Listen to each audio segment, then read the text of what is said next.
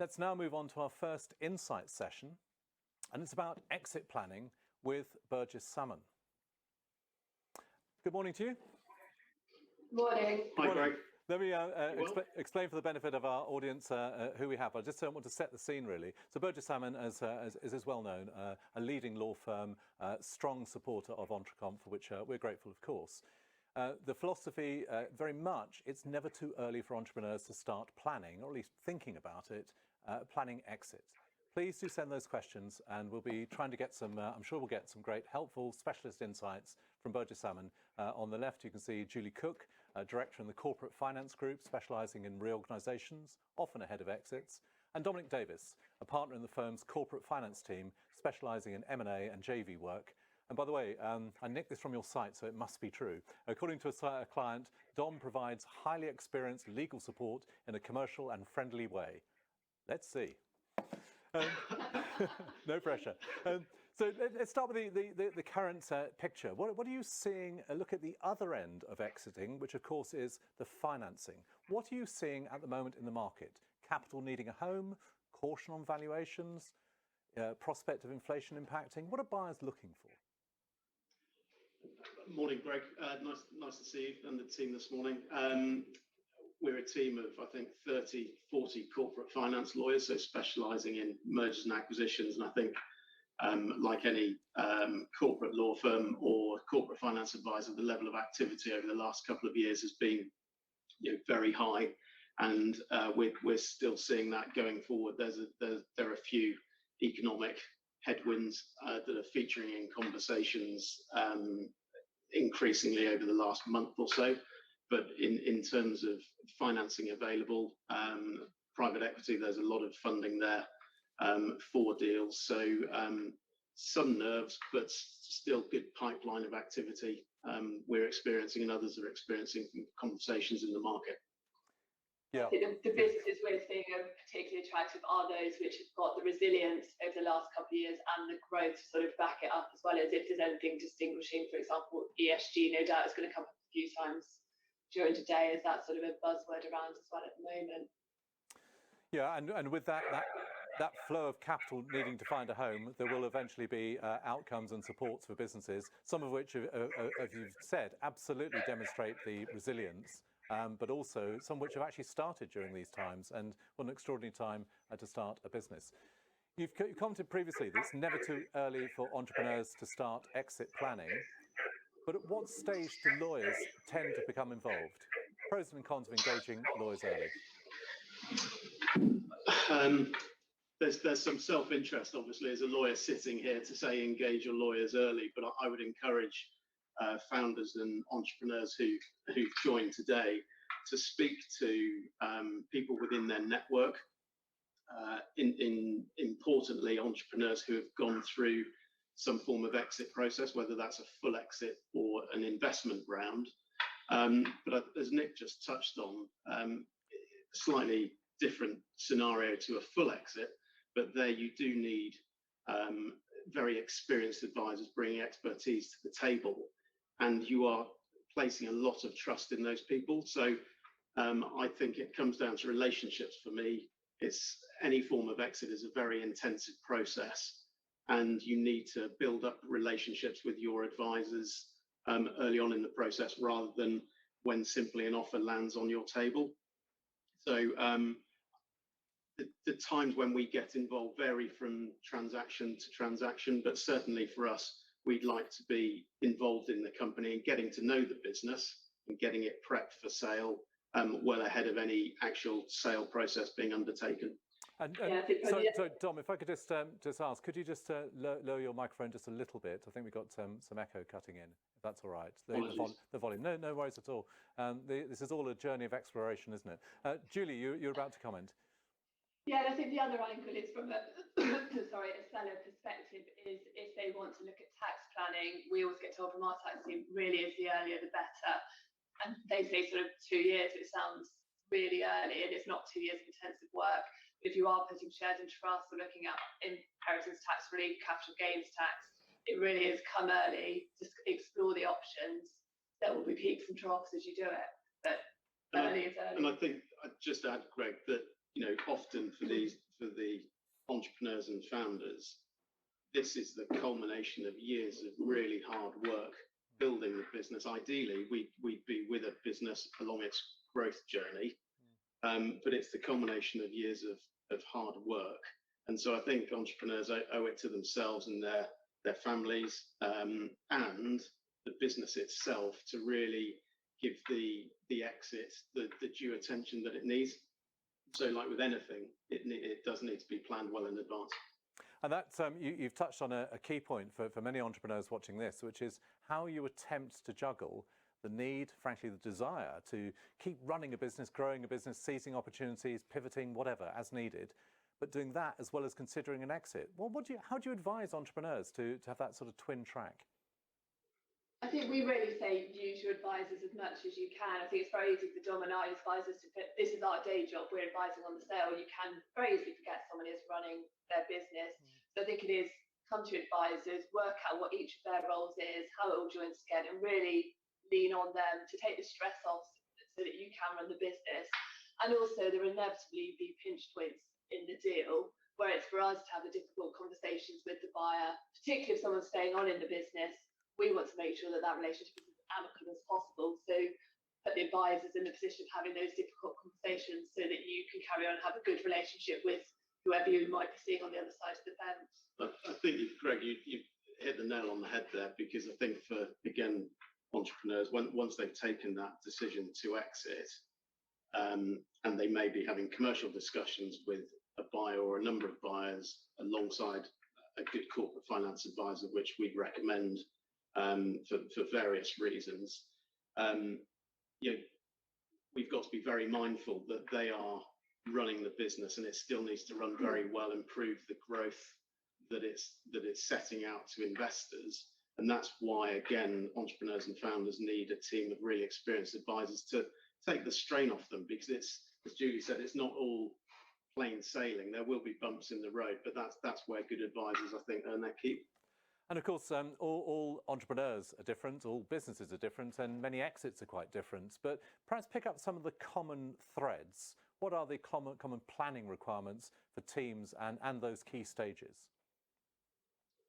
Shall I touch on that to start with? So, when we talk about advisors, if we're looking at a team of founders selling their business to a corporate, for example, there are a number of different work streams.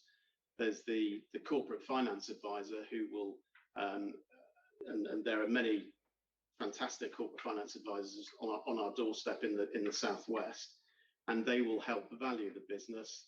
They will help the founder identify potential acquirers. They will work with the company to prep the necessary financial information. Then the lawyer will have a key role again in prepping the company for sale. And as Julie's alluded to, there's also a large part of planning from the tax side of things. And a key part of also this prep work we keep talking about is not just building a team of advisors. I'd be saying to the entrepreneur, what are your personal objectives of the deal? Are you looking at a full exit? Have you got philanthropy intentions that I think we're hearing from Lombard Odier on later on today? And it's just having that clarity up front before any exit process starts. So I'd sort of reframe that to you. It's almost as though it's as much clarity and vision is required about an exit as it is in creating and running a business. Know what your end point is and seek to run as hard to that as circumstances allow. Is that essentially it? Work out your proper end game. Don't be a sort of not quite a victim, but someone who is part of a process and dragged into a process, which will ebb and flow and have pinch points, as you say. Yeah, I think so. But I think particularly in the current market, it's also useful to run through the various scenarios. So you might think I want a full exit, but you might get private equity coming in and saying, well, actually, we'd like you to roll over and keep investors. So it's probably have your clear objectives, and often the processes that do work very well is where someone's stuck to that, but also be open to other suggestions which you might not have thought about. And think of some of the entrepreneurs you'll speak to today, they've all got very different stories, and there are bumps in the road and things change as you'll story progresses. And Julie, as you say that, you could make exactly the same point about pivoting when running a business as pivoting when exiting a business. It's having that flexibility and agility, of course, backed by solid advisors. Dom, you're going to say?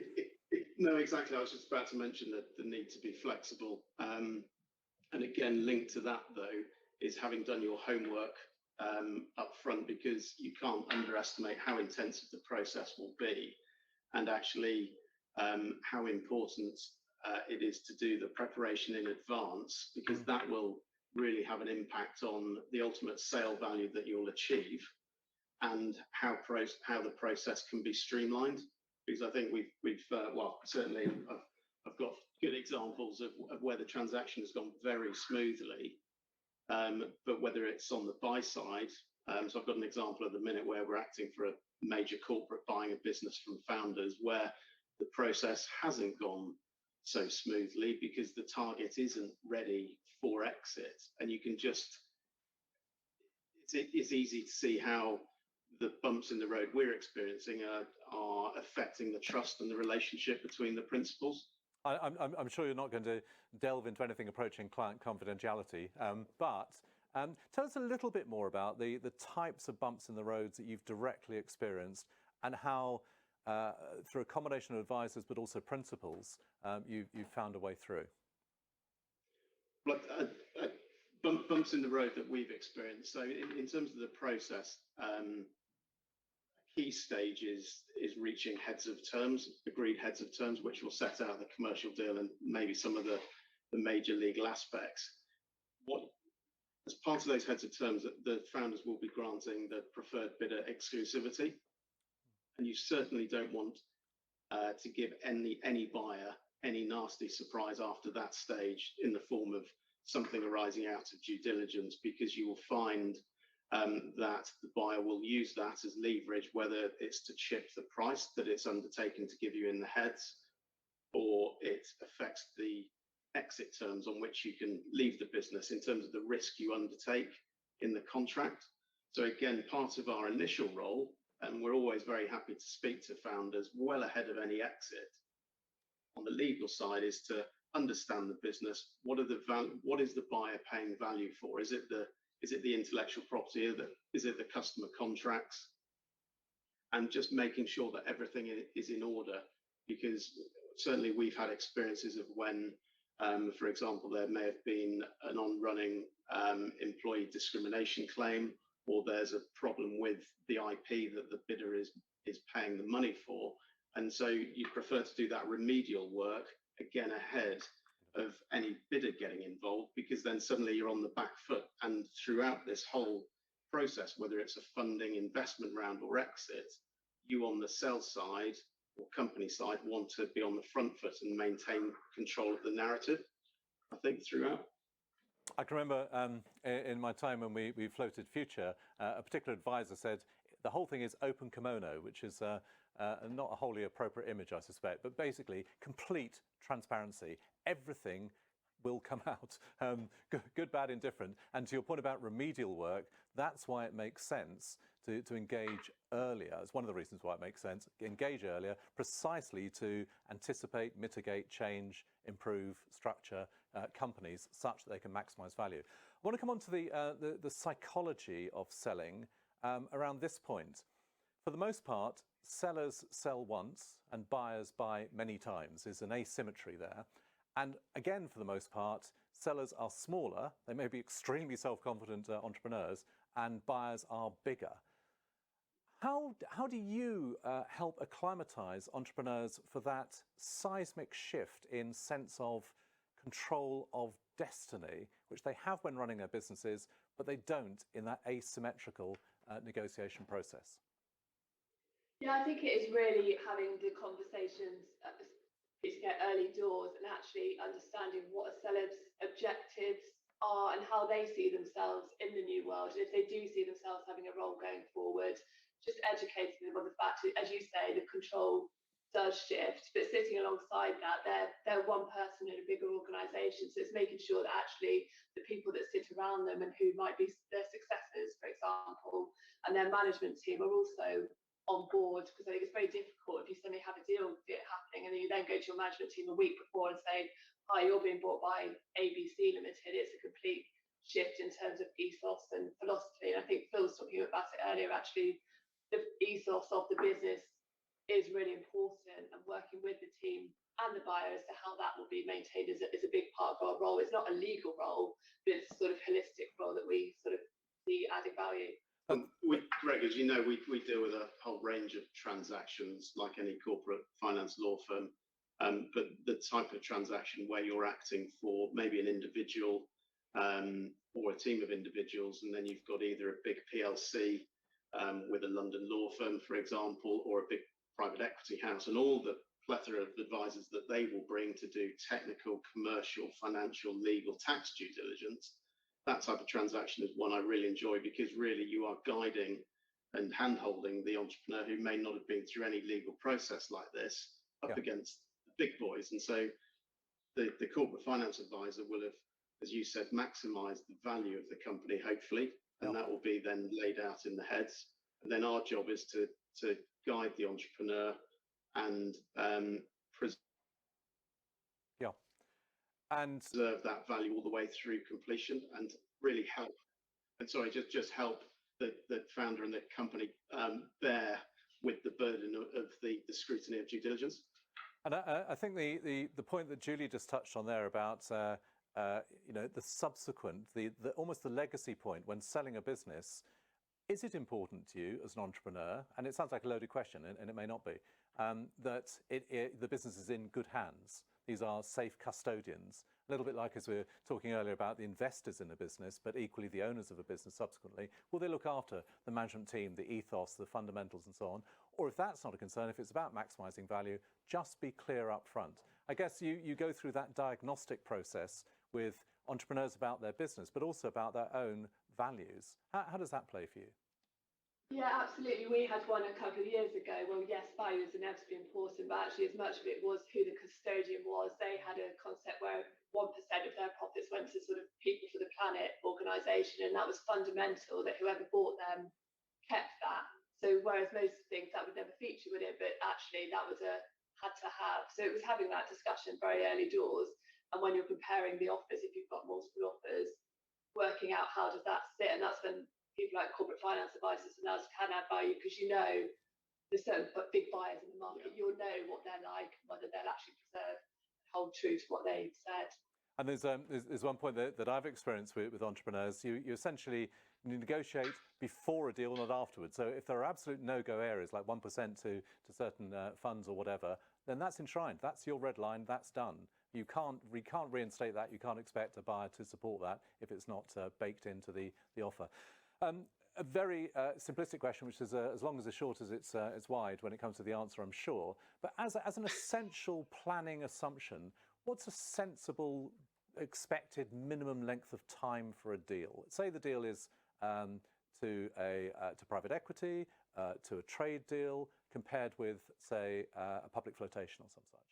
Give us some idea of timescales. We tend to get involved slightly later down the track than a corporate finance advisor, who I think will probably be having conversations with a company at least 2 years out. It really, typical lawyer's answer for you, Greg, in response, it depends. But I'm not surprised, Dom. No, I know. Flotation, that is months and months in the planning. You're looking at, again, a similar time frame in terms of the preparation time for a float, as you may remember, probably more than 2 years. We tend to get involved.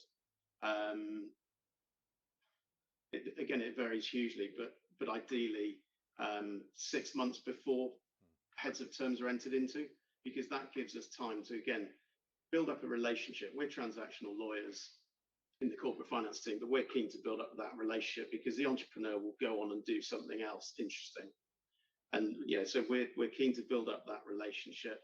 And that's 6 months, 9 months of prep time before a competitive auction process is sensible. And as I said, the corporate finance guys, with the accounting due diligence that will need to be done and the prep work, probably a similar, if not longer, time frame. But one that comes to mind, it was at the height of lockdown. It was tech is, as I've heard this morning, has been very resilient and attractive throughout. We were instructed, I think, in the April ahead of heads of terms being agreed. We were able to play a strategic role alongside a corporate finance advisor. The entrepreneur bought into the whole process, very smooth. We controlled on the sell side the whole transaction through to a sale to an overseas buyer, which again we're seeing more and more of, and that completed within 4 months. Wow. So, I mean, the truth is, of course, our tagline, "The future is unwritten," and sometimes it can be written pretty bloody fast. There's a question from Katie Calvert-Jones of the University of Bath School of Management. It's touching on some of the areas we've talked about. The process of exiting is no doubt an emotional one. How emotionally ready are founders typically when they come to you, and are their minds always made up? Have they sort of, crossed the Rubicon? In their minds, they've sold, they're out of here, sort of thing? A lawyer's answer, it really depends. I think we do tend to find that by the time people come to us, because they will have done that prep with the corporate finance advisor often and other people, they are ready to sell, particularly if someone's nearing retirement, for example. They've got in their mind, yes, I'm retiring, I want to pass it on. I think for us, we never underestimate how emotional it can be for someone. It's often the culminations of someone's life. So I think we're always very minded to make sure that we support them through that. And that it sounds a bit odd because once you're in the deal process, it's often go, go, go. But we do part of our role is actually sometimes say, right, step back, pause. I know you want the deal done, but actually think about, is this right? Before you get too far down the track, and actually know when to push and pull sometimes to sort of desensitize it to some extent. I think it does get emotional, Greg. You know me. But for the founders, it's emotional, and that's where again you look to your advisors to remain calm and alleviate that pressure. One emotion that we often see when acting for the founders is frustration, because when they sign heads of terms and grant a bidder exclusivity, often they think that that's the deal done. Unfortunately, that's the very start of a very intensive process where the entrepreneur will find himself or herself at the center of all of the financial, legal, commercial due diligence requests, and they will probably find that they're answering the same question in a number of different ways. Yeah. And will get frustrated that if it's a sale to private equity and there's a bank funder involved, again, you've got a plethora of advisors and work streams, and it all centers on the entrepreneur. So again, if you can engage experienced advisors who, very importantly, have got experience on the buy side and can therefore really guide you as to the anticipated approach of the buyer, that again will alleviate some of the frustration and emotion that we absolutely always see on transaction. It's just a question of managing that appropriately. Two or three thoughts on that emotional point. One is one of our EntreConf dinners, and I actually won't name who it was. I asked them what did they do on finally having sold their business, and the person said, "I cried," because entrepreneurs really are, they're flesh and blood. They go through such pressure. They put themselves through such pressure, and the sheer emotion at that moment. Your role, I'm sure, is multiple, but that emotional, psychological side is part. But the other is also to say that don't just assume you're on that ski slope and or ski jump, you're about to do that, and inevitably you're going to sell, because there are any number of deals which are rightly stopped late on. A deal isn't a deal until a deal happens, I guess, and you must have been right on the cusp of deals, but actually advised companies, don't do it. You're being pushed too far, don't do this deal. How do you handle that process where you're in the trenches with the client, as it were, they've in their minds they've sold, but the deal isn't right, or you don't believe some aspect is right? Shall I deal with that? Yeah. I think, again, that's where really experienced advisors that you're paying good money for, again, earn their keep, Greg, because, and that's why it's important to have an independent corporate finance advisor who can have that difficult conversation with the bidder to say, look, you're just about to push the founder away here. But it's, we often throughout transactions, our role is to manage the risk, advise the founders whether the terms that they're selling on, are they normal, are they market standard, or is, as you say, the purchaser pushing things too far? But that's absolutely our role. to make sure that the deal is right for the client. So again, having experienced independent professional advisors who can have those conversations with the bidder and get them to back down, hopefully, and bring the deal back on. But yeah, having done this for so many years, not one deal is the same as the other. There's always something different about it, and whether it's dealing with the emotions of the founders or the expectations of a corporate bidder like that, they pop up all the time. We're at the end of our session. Quite remarkably, it's just flown by. But I'd ask you perhaps briefly to give us perhaps the top 3 things someone should have in mind when thinking of selling their business. Yeah, I think our first has probably come through. It really is prepare in terms of get your advice early and start to get your ducks in a row ready for sale.